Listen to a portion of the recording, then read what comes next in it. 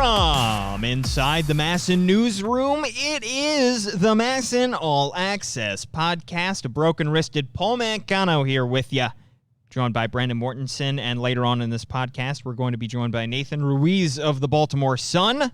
But for now, Brendan, we have a lot to talk about. We're going to talk about the outfield situation with the Orioles, a suddenly crowded outfield, and how the Orioles are going to sort that out in this coming offseason and going into 2021. But first, Brendan, my question for you. If you could change one rule in baseball, what would it be? Because we have seen this expanded playoff format take hold now in 2020. 16 teams make it this year. And we're now hearing Rob Manfred say they're looking at it for 2021, which means we are going to have a ridiculous number of teams in the playoffs, maybe for the rest of time. So they are just throwing the old school rules out the door and just adopting, I guess, whatever works. So, Brendan, my question for you, what rule would you change? I would not expand the playoffs. Would be my realistic unexpand them. What's the opposite? Condense. Well, I wouldn't condense them from where they were. I liked last year's format. I think the wild card play-in game is fun. I know you hate it. I hate it. That would be my realistic rule change, is to keep the playoff format the way it was last year. Okay. I do not like this current playoff format. If I were to change a rule in the game, this is a stupid one, and I think it would just be funny. I think in any count, a batter should be able to drop their bat and run to first, but the pitcher has to tag them out. I just think it would be pure chaos, and I think it would be fun. See, I think you're setting up pitchers to injure themselves in so many ways. I mean, torn hamstrings. I mean, twisted ankles. I don't know if you've seen the dawn of the athletic pitcher would be boring. I don't know if you've seen CC Sabathia, but I cannot imagine him attempting to outrace Byron Buxton. That is why chaos would ensue. I think it would just be fun. So the goal of this rule change is simply chaos. Yes. Well, along those lines, Brendan, my rule change, I've thought about this honestly since I was a kid. Is arguably more chaotic. Why is a runner out if he's out of the base paths? Why not? So many reasons. Get rid of that rule and just have guys be able to go where. Look, if you're caught in a rundown between first and second, why do you just have to go back and forth between the base? You should be able to just take off for right field. Well, while you're at it, go to the parking lot, get your car, drive around the parking lot. At that point, there are no rules. The rundown is going to take to 95 at some point. Yeah, it's going to be in the tunnel. It has to. I'm just imagining like a Keystone Cops-like situation or a Scooby-Doo where they're going in and out of different doors. Well, at that point, we need a helicopter camera for the high-speed chase. Wouldn't it be so much fun? It would. Imagine Byron Buxton. I use him because he's just ridiculously fast. Or Trey Turner, somebody like that, just sprinting anywhere he can go, like as if he were a fan running onto the field, trying not to get tased by the security. Just going anywhere he possibly could, doing, some evasive moves. We see some like shimmy shake, some Barry Sanders type stuff. I really think it could get fun. Oh, that would be a fun rule change too. If you are out of pinch runners, you can select one random person from the stands, and they can be your pinch runner. Only if the freeze is. Remember that guy? Yeah. The freeze is there? Yeah. Look, if in hockey you can just drop the gloves and fight during the middle of a hockey game, I think you should be able to just have a sprint chase. Sure, all over the field. Those two things are equivalent. Fighting is not a. It's a part of hockey. I guess. It is. We're opening a can of worms here. Let's talk about this outfield, Brandon. Sure. Because I said off the top that it is suddenly jammed, but suddenly meaning last year in 2019 they were throwing Hanser Alberto in the outfield because they had nobody else, and in 2020 now they are loaded. There's a glut of outfielders, a surplus, if you will, of outfielders on this team. But we can see this coming for a few years now because we knew before this rebuild even kicked off that one of the strengths of the Orioles farm system, especially that Bowie team of 2017, 2018, was outfielders because you had, Mountcastle, who was eventually converted to outfield, played a little first base, and of course was an infielder. You had Austin Hayes, who waiting to make his major league debut for several years and did in 2017. You had Ryan McKenna, who is now pushing for the big leagues. So you've had a group of guys there. And now they are all reaching the big leagues at roughly the same time. And Brandon Hyde right now does not have a difficult situation managing them because of injuries. But come 2021, that could be a potentially precarious situation. A good problem to have is having too many good outfielders, but managing them is going to be a challenge. Well, I think it's a combination of the prospects coming along at that pace, with them now meeting guys that you didn't really expect to be staples in that outfield. Maybe a guy like a Cedric Mullins wasn't a top guy in the prospect rankings, but has come up and played really solidly, especially defensively in center field, to the point where it would be a surprise if he wasn't your center fielder going forward, because he adds that much value defensively. And then, of course, there's kind of a logjam at first base as well, which is bumping out a guy like a Ryan Mountcastle and a Trey Mancini into now playing the corner outfield spots where they would normally be maybe a first base or a DH. So the corner outfield is incredibly crowded, and you've got two center fielders in Austin Hayes and Cedric Mullins that both add a ton of value defensively, to the point where you'd probably want to put one of them in a corner outfield to just, make that a whole big mess again. But it, like you said, it's a good problem to have too many good outfielders right now. At this point in the 2020 season, we have Austin Hayes in the outfield, DJ Stewart, and Cedric Mullins. For the most part, those three have been manning the outfield, because you have, Ryan Mountcastle, of course, making his first appearance at first base. He would be in left as well. You have Anthony Santander, who is done for the year with an oblique strain. And then you have two guys waiting to make their major league debuts, Yusniel Diaz and Ryan McKenna. Diaz, a top 10 prospect in the Orioles system. McKenna in the 25-ish range or 20-ish range in the system as well, both those guys were at Bowie waiting to make their major league debuts. They're at the Bowie alternate site as we speak. And of course, Trey Mancini, and who then played you a lot have of Trey right Mancini, field. who played a lot of right field. So all of these things, there are a ton of factors here that Mike Elias and Brandon Hyde are going to have to consider going into this offseason, because you are going to have to, at a certain point, it is a good problem to have, but you have to clear out a little bit of this logjam, because otherwise you might end up stunting the development of some of these exciting young players. If you don't give them enough playing time, or you have to shove them down in the minor leagues when they are ready to be at the big league level, you could end up stunting development.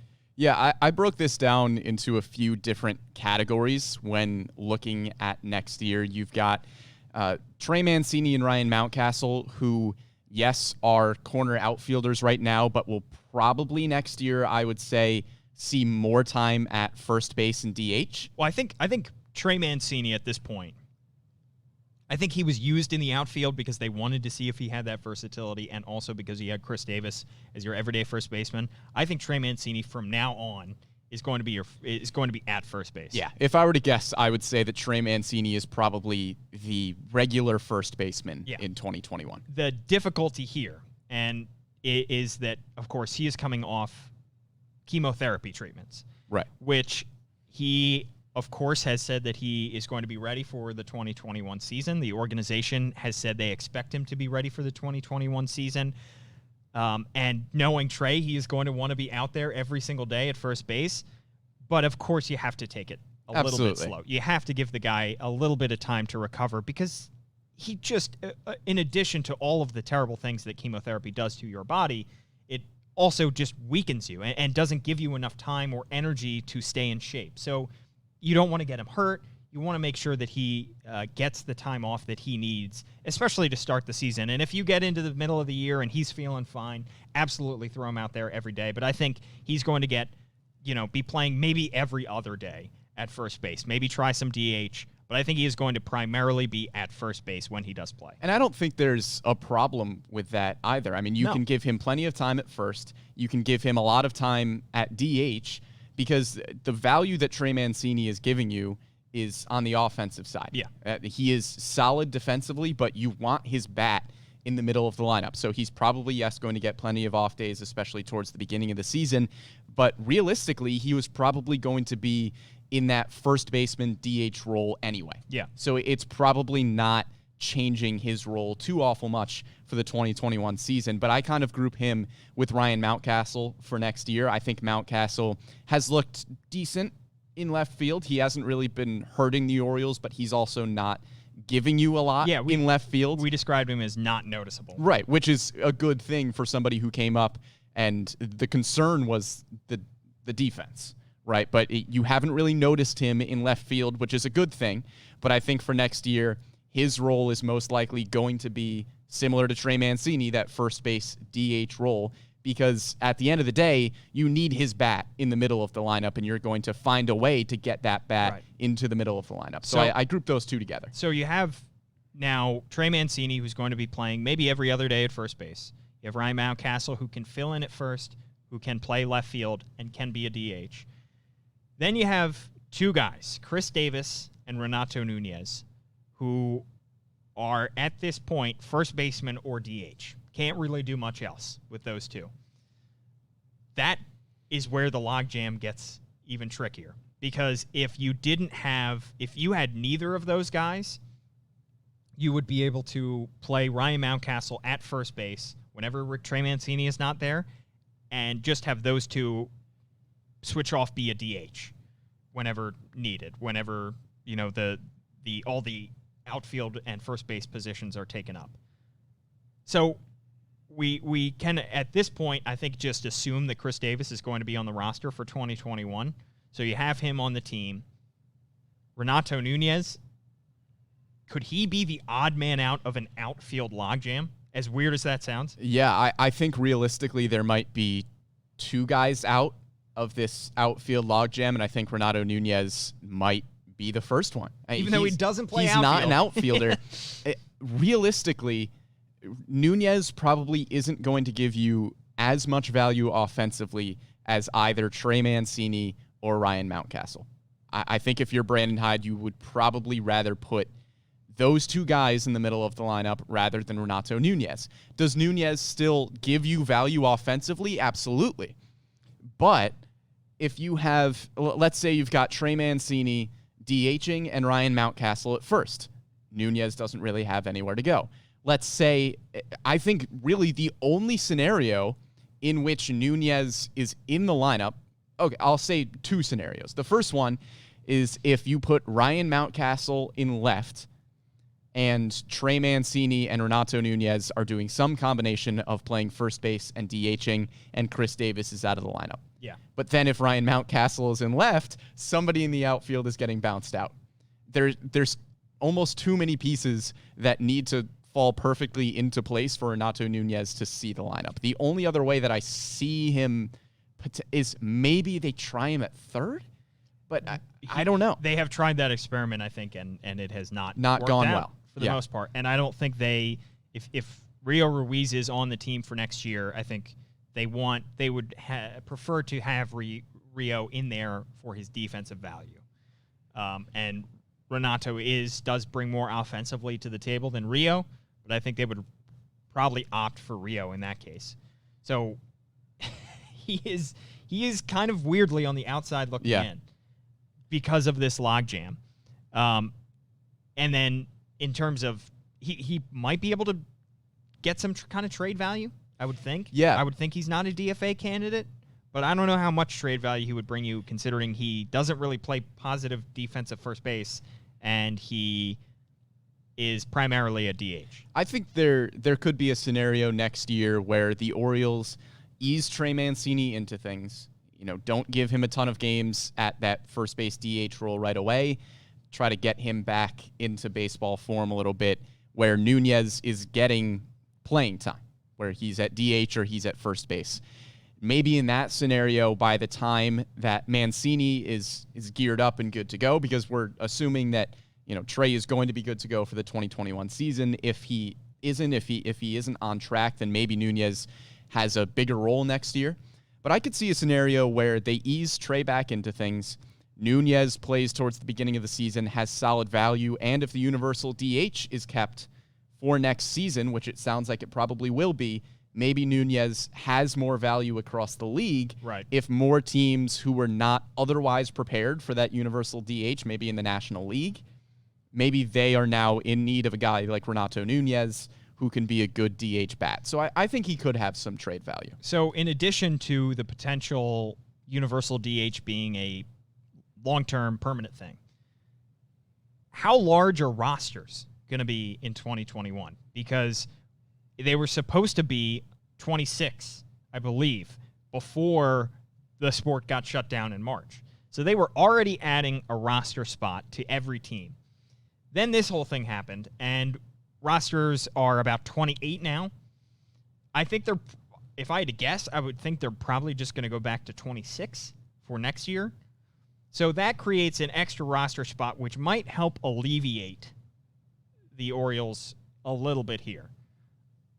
But ultimately, I think they cannot, they would be hard-pressed to go into the 2021 season with all of these guys on the roster. Mancini, Hayes, Nunez, Stewart, Mullins, Mountcastle, Santander, Davis. I think I got them all. That's 8 guys who are either outfielders, first baseman, or DH. And that's not even taking Yusniel Diaz and Ryan McKenna into account, who could get called up at some point. And the problem with those guys is, I guess you could call them utility guys, but they can't play any other infield position. I don't think any of the guys that I mentioned, maybe we talked about Ryan Mountcastle got 9 games at the AAA level last year at third base. Of course, he was drafted as a shortstop third baseman, but to our knowledge, it appears that they have pretty much abandoned having him on the left side of the infield. So I think only in an emergency situation would they want to stick Ryan Mountcastle at third base in the future. I think it was an experiment worth having, and we were kind of saying before that maybe the Orioles will look at this outfield situation and wish that they had given that experiment a little bit more time. The problem is they gave it so much time, Yeah. But it is just a shame because that would have been a clear path for him. Oh, absolutely. And he was drafted as a shortstop. Yeah. He was drafted as a shortstop who people thought that, because he was bigger, maybe he could shift over to third base and do a better job there. But now, of course, he's kind of in that first base DH role and could play a corner outfield as well. But looking at the corner outfielders, that's crowded as well. There's another category that I have. I had 2 more guys grouped together, and that's Austin Hayes and Cedric Mullins. Yeah. And those are the 2 guys that I think offer you so much value defensively that you have to put them in the outfield no matter where they are. I think Cedric Mullins probably sticks in center. We heard Brandon Hyde say that Cedric Mullins should be considered for a Gold Glove in center field. He's played that well, and he's hitting the ball better. I mean, we've talked about Cedric Mullins bunting for base hits. Yeah, up to like 275. He steals bases, of course. He's a great leadoff hitter. Yeah. And Mullins and Hayes are kind of occupying the same space for you in that lineup where they could both be leadoff hitters, or maybe you put them in the 8 or 9 and say, okay, be a second leadoff hitter at the bottom of the lineup. Right. Well, to me, Cedric Mullins is a perfect 4th outfielder because primarily a center fielder, but in a pinch, you can stick him in right or left, and he's still going to play those pretty well. Perfect pinch runner, so he can come off the bench in a tight game and just try to steal a bag here or there. So Mullins, in my mind, strikes me as a perfect 4th outfielder, which would put Hayes as your everyday center fielder. So I see that being not terribly too much of an issue. However, you do probably lose just a tiny bit going from Mullins to Hayes in center field defensively. And then you got to worry about the outfield, the corner outfield spots, because you have DJ Stewart and you still have Ryan Mountcastle in left. And you still have Anthony Santander coming back. How do you parse through that? Well, I'm going to disagree with you a bit there in that I think Cedric Mullins is better as your mostly everyday center fielder rather than your 4th outfielder. I think, personally, I would rather have Cedric Mullins occupying center and Austin Hayes in left with Anthony Santander in right. This is, again, assuming that you put Ryan Mountcastle and Trey Mancini at that first base DH swap.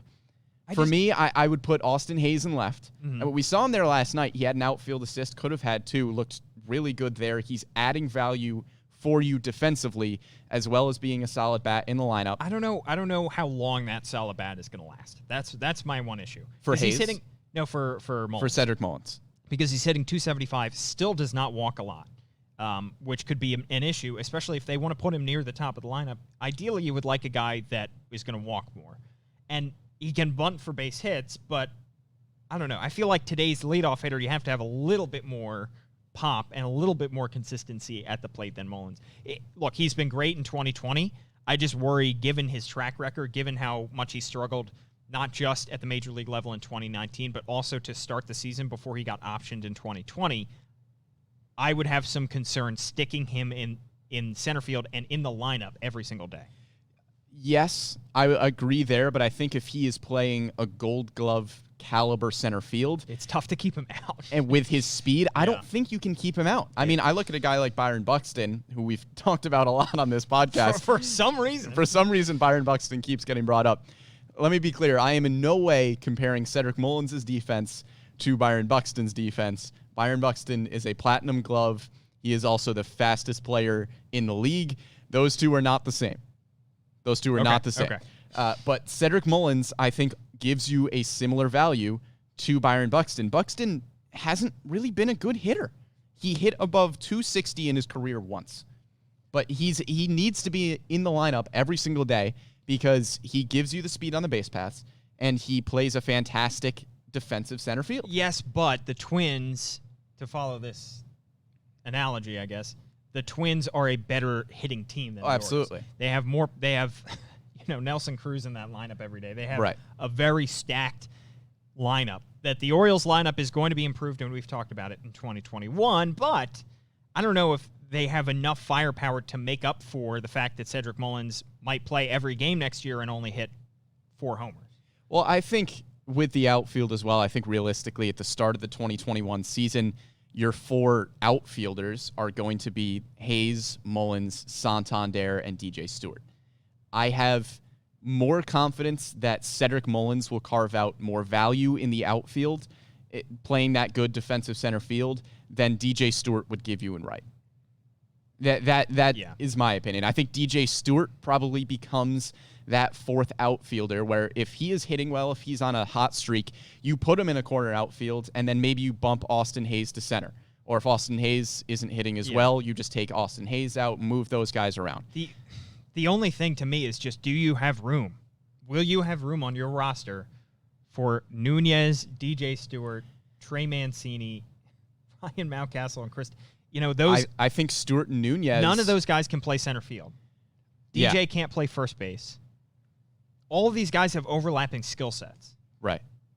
I think Stewart and Nunez might be the 2 that I look at and say they might be the odd men out. So for Nunez, we talked about a trade candidate. DJ Stewart won't qualify for arbitration for 2 more years. He has, I believe, according to Fangraphs, 1 option left, as does Cedric Mullins. So he can be optioned down to the minor leagues next year, as crazy as that sounds, not the alternate site, and still not be subject to waivers, I believe. So that might help. It would suck for DJ Stewart to start next year in Norfolk, considering he might end this season with a OPS over 1 and in the top 3 on the Orioles team in home runs. So he has deserved a role in this outfield. But I just don't know if you can, and I don't think that he still, despite all that, I don't think he has much trade value. I think Nunez has much more trade value than DJ Stewart does because he has a larger track record.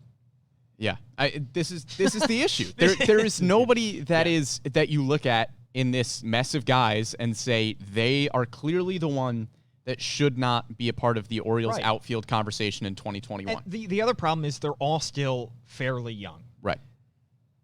Hayes is 20, and this is for their 2021 seasons. Their age going to be on opening day. 25 for Austin Hayes. DJ Stewart is the oldest of the bunch at 27. Cedric Mullins is going to be 26. Mountcastle is going to be 24. Santander is going to be 26. Mancini, I believe, is going to be 28. So all these guys are still so young. So it's not like you almost wish that one of these guys were 32 or 30 so that you could more easily deal him. But it just makes it tough. And then, I mean, I think we can agree, though, Santander should be in the lineup every single day. Absolutely. If he can be. I think he falls into a kind of a category on his own when I was looking at these guys, where he gives you a lot of value offensively, and he's pretty good in the outfield. Yeah, he's fine. Improving. Yeah, he is fine defensively in right field. So the only thing that complicates Anthony Santander's position with this team long term, still 26 years old, going to be in 2021, qualifies for arbitration for the first time this offseason. We know that this Orioles team is looking to, at this point, as well they should, try to save a little bit of money, because you want to save that money for when you're good and you have to go out and get a $300 million free agent. So you know, it doesn't make much sense to overpay a guy, if you will, for the 2021 season, a season you will most likely not be competitive. We saw an arbitration number affecting the fact that the Orioles wanted to deal Jonathan Villar last year. They might have been able to keep him had he not been eligible for arbitration, and ended up getting over $8 million, I believe. So Santander is not going to get that much, given he's eligible for arbitration just for the first time this offseason. However, he will get a pay bump. And none of these other guys, as mentioned, these outfielders, are going to get pay bumps like that. They are still going to be pre-arbitration eligible. So does that make Mike Elias a little bit more inclined to try to deal an Anthony Santander? I don't think you can. I don't think you can deal an Anthony Santander right now. Because let's not forget the beginning of this season. Yes, Anthony Santander is out right now, and yes, Ryan Mountcastle is lighting the world on fire in the middle of the lineup. But let's not forget that before Ryan Mountcastle got called up to the Orioles, Anthony Santander was the guy in the middle of this Orioles lineup and was having an unbelievable season. I mean, if there was an all-star team in 2020, Anthony Santander would have been on it. He was the guy in the middle of the Orioles lineup.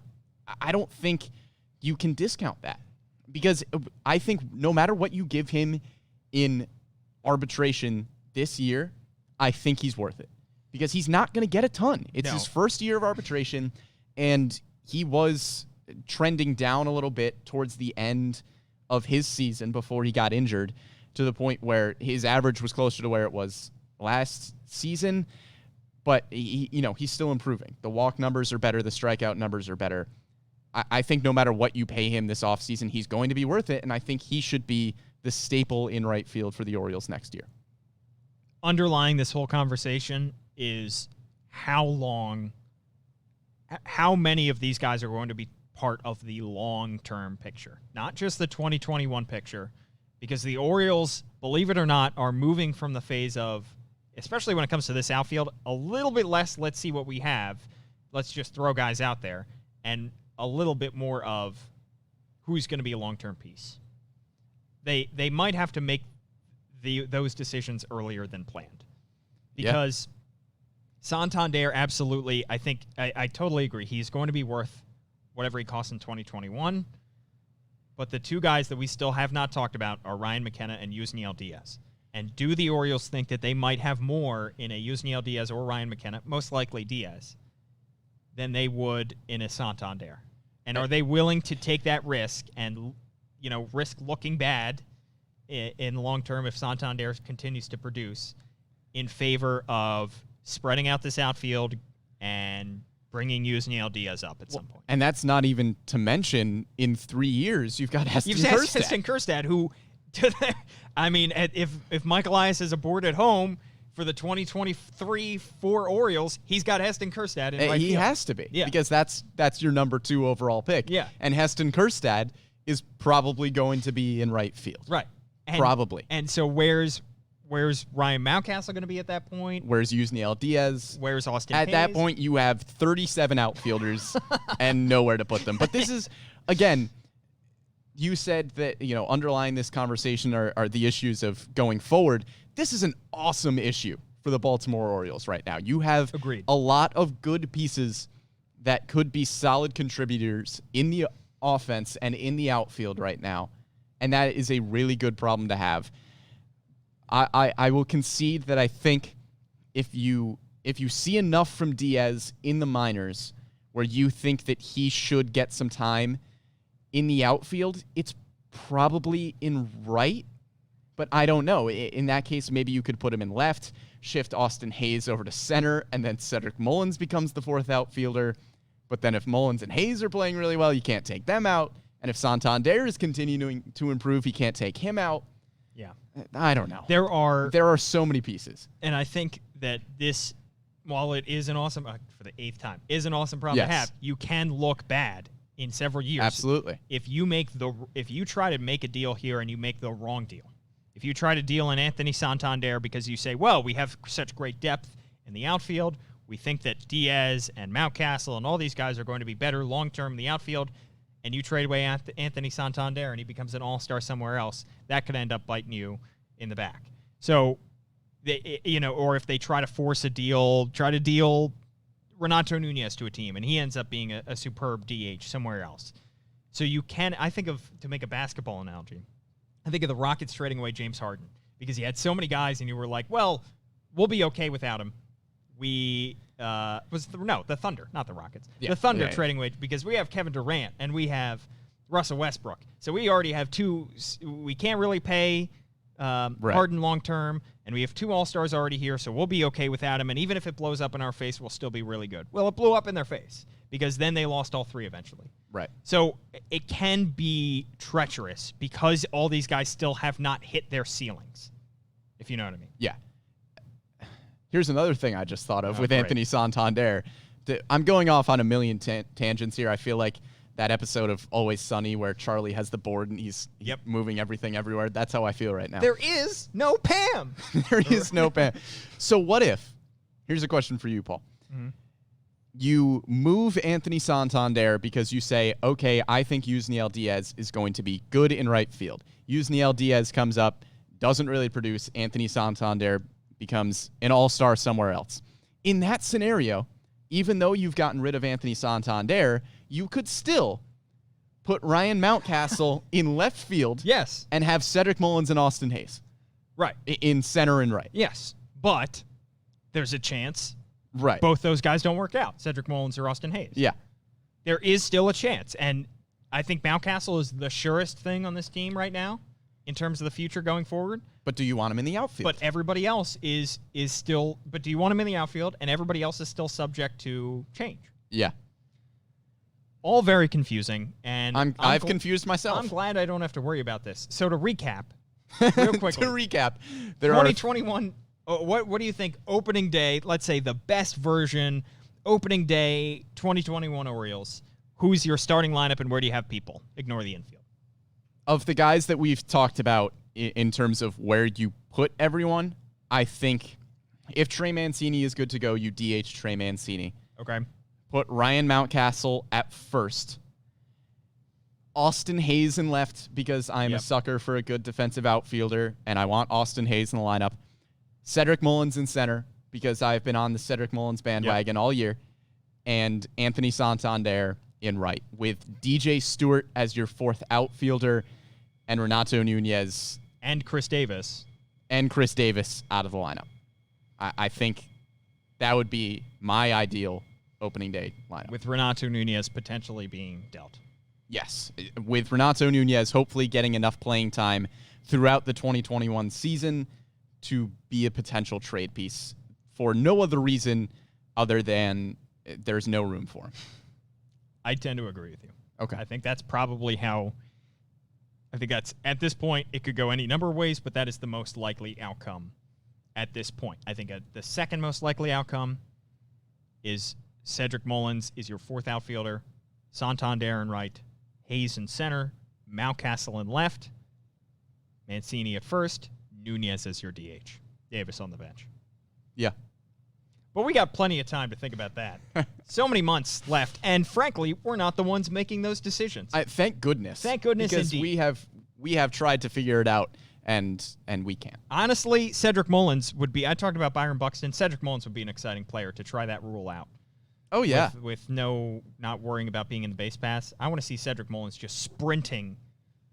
He'd be great into at the it. tunnel, and they're chasing him with a glove. He comes Pure out chaos. of the center field. They have like the carpet in center field. He's trying to get to second. He's running through the stands. Great stuff. Pandemonium. We talked to Nathan Ruiz of the Baltimore Sun about the relievers on this team and John Means and the turnaround that he has experienced in the second half of this 2020 season. Here is that conversation. Nathan Ruiz of the Baltimore Sun now joins the MASN All Access Podcast. Nathan, thanks so much for hopping on. Yeah, Paul, thanks for having me. So first off, how has your season been going, working with John Mioli, trying to cover this season, and also you're doing a little bit of double duty on the news side, correct? Yeah, basically since the pandemic hit and spring training got shut down back in March, I've been helping out with the Suns coronavirus coverage. So it definitely hasn't, even though there hasn't been a whole lot of baseball over most of the last 6 months, it's definitely been a busy time. But it's great to be covering baseball. It's great to be able to watch some baseball. It's great to be watching an Orioles team that is much improved over last year's squad. So it's definitely been an interesting season, just being unable to actually face-to-face interact with these players and get to know them and tell their stories in the same way that we normally would. But obviously it's a much more interesting season in terms of the standings, in terms of who's on the roster than maybe what we got to deal with last year. And somebody who has improved during this season, not just from 2019 to 2020, but even mid-season, I guess if you could split it into halves, first month, second month, John Means has been awesome his last two starts, very much a different pitcher through the first month of the season, obviously dealing with the passing of his father, going on the bereavement list, taking a while to return, just didn't seem like the same kind of pitcher. And then he comes back in these past two starts, nearly identical, 6 innings, just 1 earned run in these past two starts. What do you think has changed and turned around John Means' 2020 season? Yeah, it's interesting. You look at when he was able to finally make his debut, coming back from the arm fatigue that started his season on the IL. He was throwing about 95 miles per hour, sometimes hitting 96. And I think a lot of us were pretty shocked by that. That wasn't something we expected to see. Didn't get to see him much in spring training. He threw on backfields a lot. Didn't get to see him in summer camp outside of the inner squad. So for him to go out there and the first time we're getting StatCast metrics on him and he's hitting 95, 96, I think that really caught some people off guard. But at the same time, he wasn't really getting results with it. As Brendan Hyde has put it recently, he was kind of thrown out of frustration. Then you look at his last two starts, and both of them averaging 93.3 miles per hour with his fastball. So even though that's the slowest he's thrown his fastball this year, it's still about a mile per hour harder than he was throwing it last year. So he's toned back the velocity a bit, focused a lot more on his command. His changeup has really improved. Hitters are 1 for 13 against that pitch in his last two starts, whereas they were slugging nearly 700 against it in his first handful of starts. So he's really found a way to kind of get back in that groove, start pitching more like he did last year. He said he's kind of starting to feel like himself again, which is going to be really important for these Orioles down the stretch and also going into next year. Yeah, speaking of next year, now you have a couple guys added to this rotation, and Dean Kramer and Keegan Aiken, who appear to be long-term pieces and will certainly likely be fixtures in this rotation in 2021.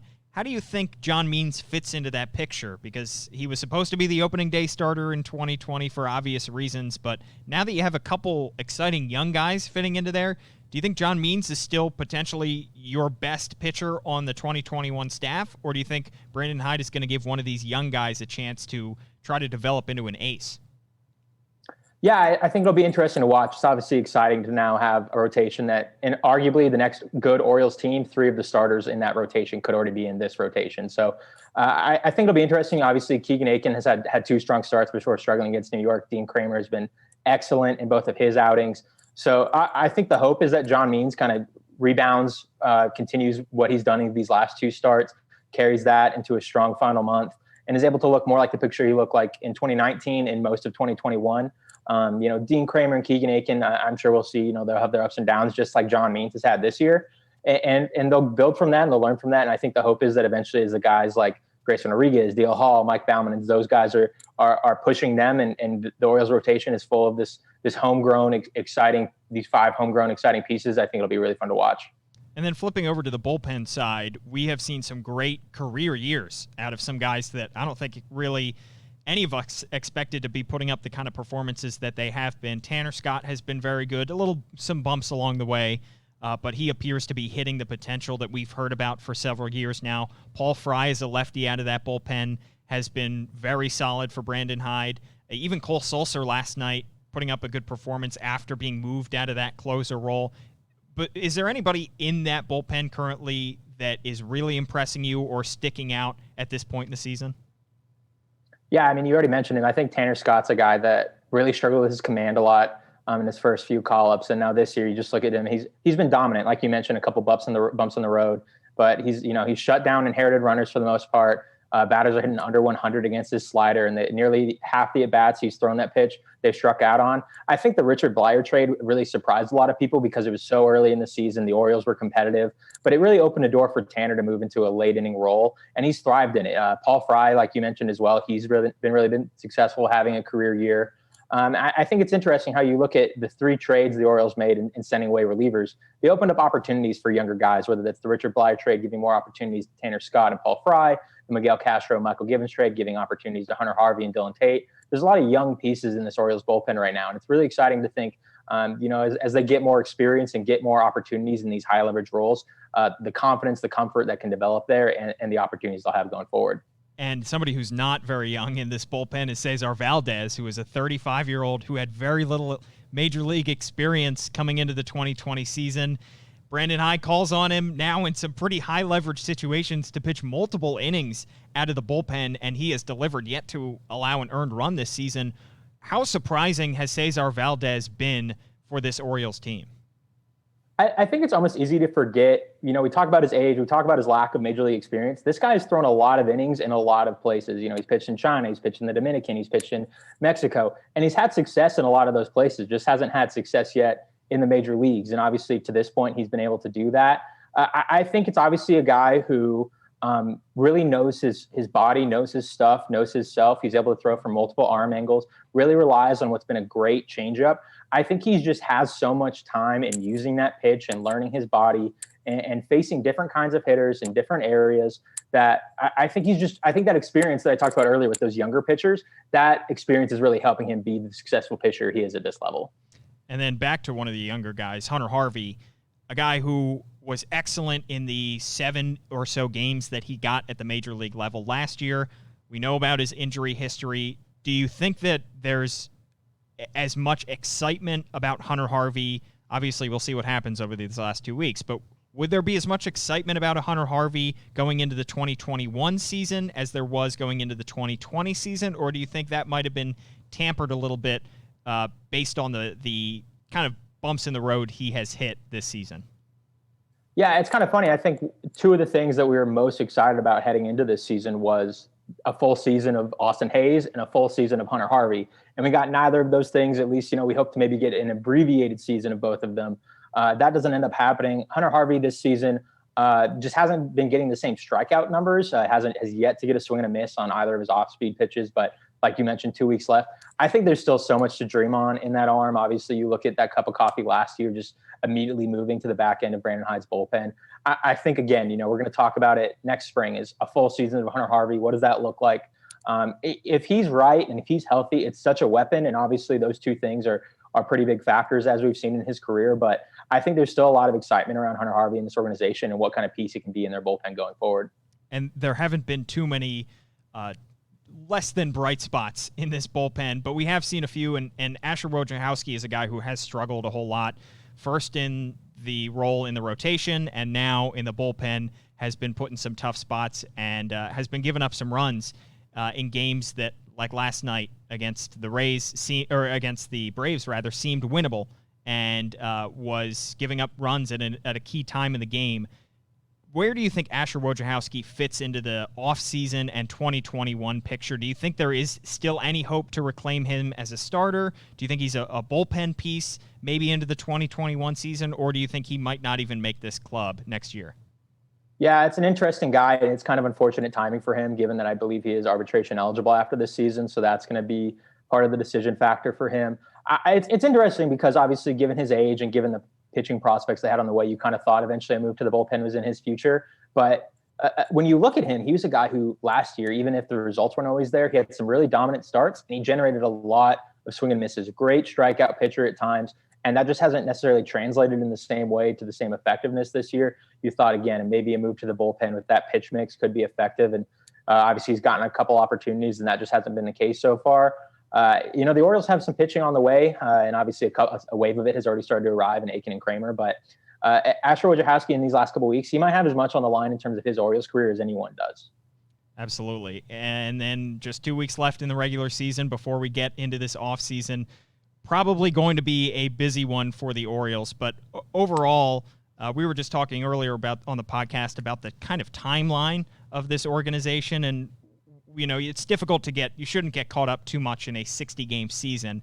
But the Orioles certainly outperformed expectations for this year.